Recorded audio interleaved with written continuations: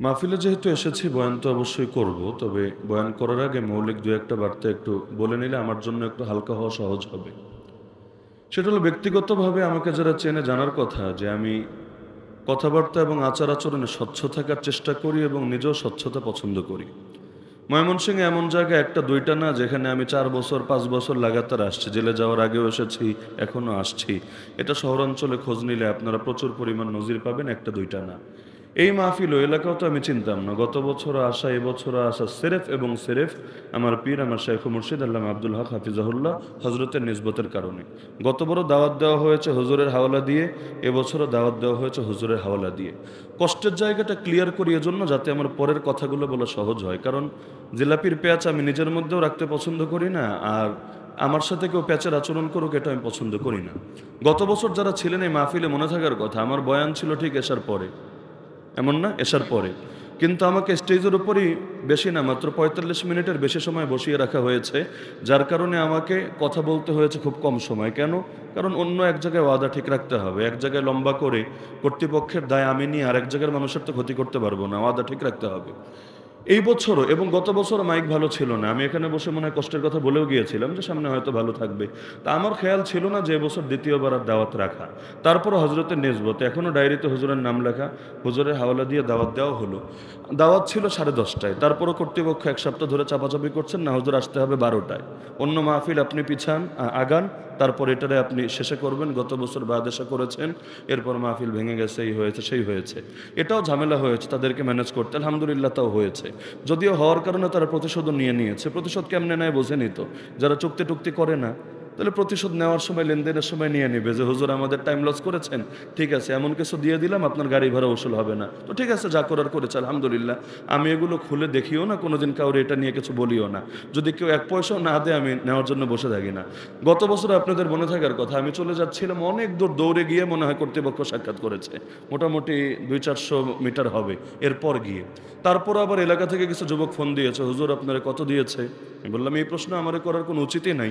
কত দিয়েছে না দিয়েছে এগুলো আমি কোনোদিন আলাপে তুলিও না, কোনোদিন বলিও না। বলল না হুজুর এলাকায় খুব গন্ডগোল হচ্ছে, একটু বলতে হবে। আচ্ছা কি গন্ডগোল? পরে বলল যে হুজুর আমরা শুনেছি মনে হয় একটু ঘাপলা হয়েছে লেনদেনে। পরে এখন ওই তারা বলার পরে খাম খুলে বললাম না এই যে এই পরিমাণ আছে। বলল ইন্না লিল্লাহ, আমরা তো এই পরিমাণ দিয়েছিলাম, মাঝখানেরটা হাওয়া হয়ে গেছে। যাই হোক, তা আগেরটা আগে, পাস্ট ইজ পাস্ট। এবছর অবশেষে টাইম দেওয়া হলো ১২টায়। আমিও আসলাম ১২টা ৮ মিনিটে। গাড়ি থামলো।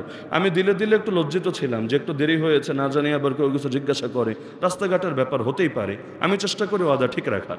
তো নামার পরেও স্টেজের মধ্যে আসলাম। কিন্তু আসার পরে আমার কাছে মনে হচ্ছিল আমি মহাপাপ করে ফেলেছি, মহাকবিরা গুনাহ করে ফেলেছি।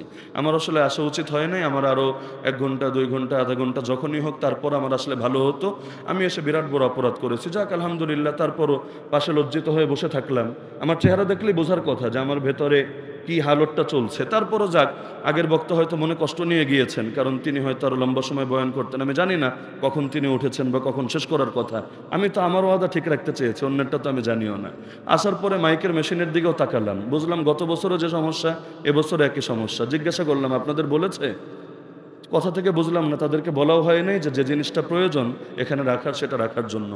সব মিলিয়ে আলহামদুলিল্লাহ দিলের উপর একটু কষ্ট বয়ে যাচ্ছে। তো আলহামদুলিল্লাহ অনেক জায়গায় ৫ বছর যাওয়ার পর কষ্ট লাগে না, ৬ নম্বর বছরেরও দাওয়াত রাখি। আর এখানে প্রকাশ্যে আমি বলে যাচ্ছি ইনশাআল্লাহ এই জমিনে মানে এই জায়গায় আমার আর কোনোদিন পাবেন না ইনশাআল্লাহ। এত যদি মনে করেন আজকে ক্ষোভ মেটাবেন, যাওয়ার সময় হুজুরে হাদিয়া দিব না, দিয়েন না। আপনার হাদিয়ার আমি ধারধারি না, ওটার জন্য বসে থাকবো না ইনশাআল্লাহ। কিন্তু দিলের কষ্টের জায়গা এটা। এমনও মনে আছে ৩-৪ বছর আগে এক মাঠে বলে এসেছিলাম আর আসবো না। আজও পর্যন্ত বড় বড় আলেমরা দিয়ে অনুরোধ করেও নেওয়াতে পারেনি।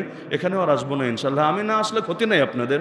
বাংলাদেশে বহু বড় বড় বক্তা আছে, তাদেরকে আনতে পারবেন। মক্কা মদিনা থেকে হেলিকপ্টার দিয়ে হুজুর আনতে পারবেন, কোনো সমস্যা নেই। কিন্তু আমি আসবো না, সবাইরে সাক্ষী রেখে বলে গেলাম ইনশাআল্লাহ। এবার আসি মূল আলোচনায়। কষ্টটা বলে ফেললাম যাতে অন্তত আলোচনাটা করতে পারি, না হলে আসলে আমার ধৈর্য এতটা কম। আমি অন্য আগের মতো যদি ধৈর্য আরও বেশি ঘাটতি থাকতো আমি বের হয়ে গাড়িতে উঠে চলে যেতাম। কিন্তু যাই হোক, আমি কিছু সময় কথা বলবো। আর আমাদের মাহফিলের অন্যতম মেহমান আমাদের ভাই ওয়াসিক বিল্লাহ নোমানী, তিনি আমার সাথে একটু আগে কথা হয়েছে, আসছেন। তিনি আসলে ইনশাল্লাহ আমি স্টেজ ছেড়ে দেব। আল্লাহ রসুল সাল্লাল্লাহু আলাইহি ওয়াসাল্লাম যেটা বলেছি এটা অন্তরের মধ্যে গেঁথে রাখেন, ভুলে যান। আমি আমার বয়ান স্বাভাবিকভাবেই করবো ইনশাআল্লাহ। এটার কারণে মনে আবার এটা ভাবার দরকার নেই